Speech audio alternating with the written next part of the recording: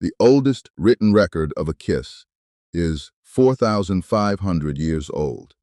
It was carved into a clay tablet in ancient Mesopotamia. But it wasn't a love poem. It was a legal warning. And the real story behind it is stranger than you'd expect. Every culture on Earth has some way of showing closeness between partners. But it wasn't always the same, and it definitely wasn't always romantic. Some researchers believe that as much as 10% of human cultures throughout history had no kissing tradition at all.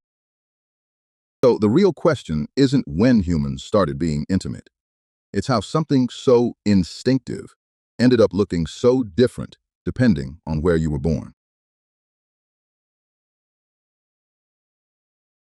Here's the twist most people don't know. One leading theory says kissing didn't start as romance at all. Researchers point to something called kiss feeding, a practice where mothers passed chewed food mouth to their infants. That closeness, built on trust and survival, is believed by some scientists to be an ancient root behavior, later repurposed by adults. In other words, something that began as an act of survival slowly evolved into one of humanity's most iconic symbols of love. The earliest solid written evidence of romantic kissing comes from Bronze Age Mesopotamia, around 2500 BCE. Sumerian poetry described kissing as part of desire and affection between partners, carved permanently into clay for us to find. One surviving legal text even warned a married woman against being kissed by another man, treating it as a serious offense. This tells us something important. By this point, kissing wasn't just physical. It carried real social and legal weight.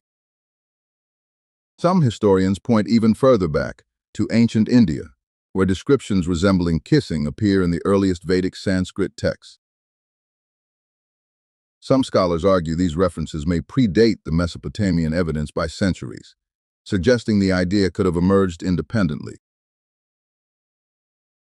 From there, the practice appears to have spread outward, carried through trade routes, conquest, and cultural contact across the ancient world.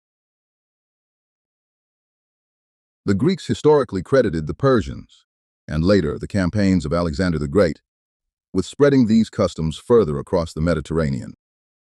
This matters because it shows intimacy wasn't a single invention. It may have emerged in multiple places, then spread and blended together. But here's where it gets even more interesting.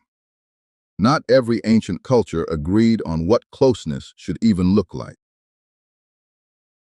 Some cultures expressed affection through nose-to-nose touching, or by breathing in a partner's scent, instead of kissing at all. Historians have documented these customs in parts of Polynesia, among some Inuit communities, and in parts of East Asia before Western contact. This suggests intimacy itself is universal.